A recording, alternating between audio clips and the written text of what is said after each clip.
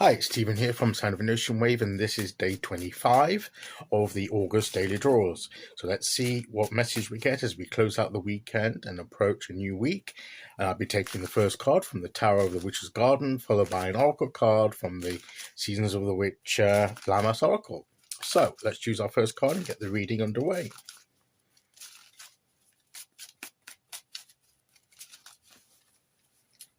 Okay, here we go.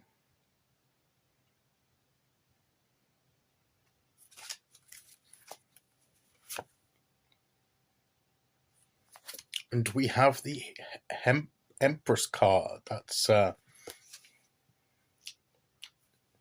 a beautiful Empress card there with all her abundance. Getting ready, and I'd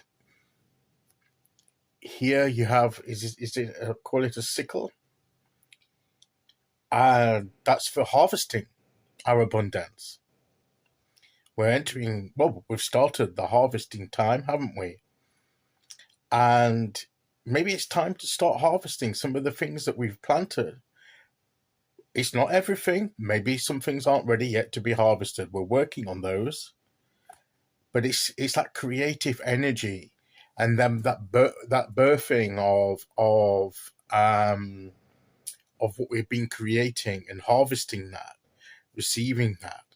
So it's taking that creative energy and making something, bringing something to reality over a period of time, growing anything. And yes, I believe this Empress is expecting a baby.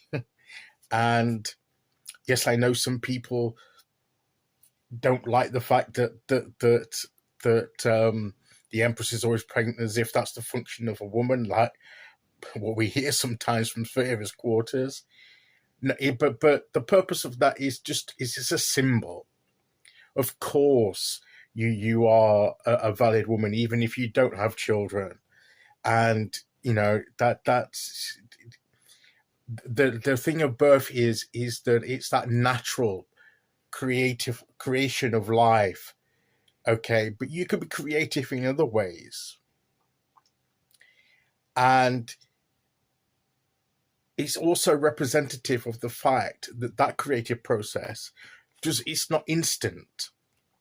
A lot of these things that are featured here and in other cards, like the wheat sometimes that you'll get in the background, that doesn't grow overnight. You have to plant the seed, you have to nurture it, you have to allow time for it to grow. It's the way it grows and how well it grows can be depending on the climate and the weather and everything, and all the other factors that influence how well it grows and how well it can sustain its growth and everything. So there's a lot involved, and and it takes time. It's not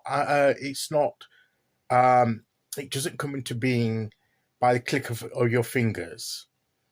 It's a natural process, and the natural laws of the universe work over a set period for certain things.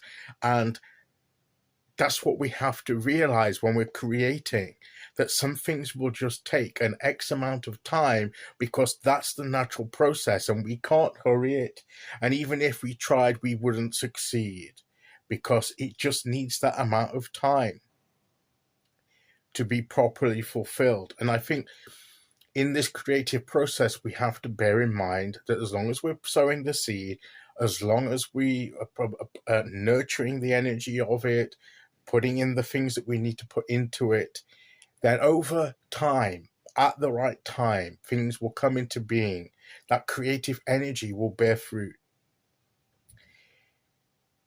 But we may not be able to influence the timing. The timing is set, depending on what we're creating, right? There's a certain minimum, at least, amount of time for something to come into being in this way. And that's the lesson of the Empress, I think, for us. That energy, it's not an instant, forceful, creative blast of energy. It's a more nurturing, developing energy over time. And our creative process is exactly that. It's that developing, nurturing process over time that will eventually yield its results. So if you are in the middle of something, or you started something, or you've been at something for a while and you've not yet seen the results or enough of the results that you wanted, give it a bit more time. It may not be happening as quick as you would like, but if things are moving in the right direction at the right time, it will come forth. It will appear. So yes, get creative. Let your creative energy flowing, but realize that when we let our natural creative energy to flow, there is a certain amount of natural process involved that we can't. We just have to keep that energy flowing and let it take care of itself in that way, in accordance with timing and everything and the way it comes together. All we have to do is channel that creative energy and keep it going. And as I say, nurture it by putting in the nutrients of action and our own energy whenever we need to tend it, to nurture it, to develop it. It's not just an instant one-off and it's there. We have to nurture it along. Okay, let's see which oracle card we get to go with that.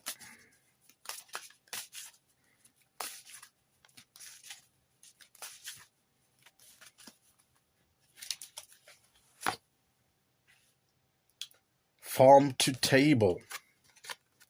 Well, that's interesting, isn't it? Because it's about harvest.